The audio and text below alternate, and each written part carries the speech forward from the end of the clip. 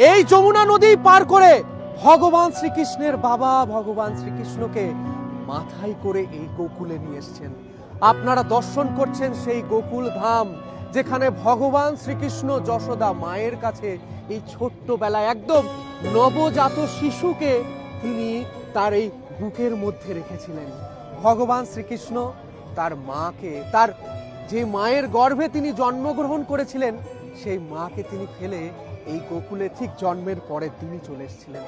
আজকে আমরা যখন সেই জায়গা দর্শন করছি, শুধু এটুকুই মনে হচ্ছে যে ভগবান শ্রীকৃষ্ণ তিনি কত কষ্ট করেছিলেন। তার বাবা এই যমুনা নদী পার করে তাকে আসতে হয়েছিল আজকে গোকুলে।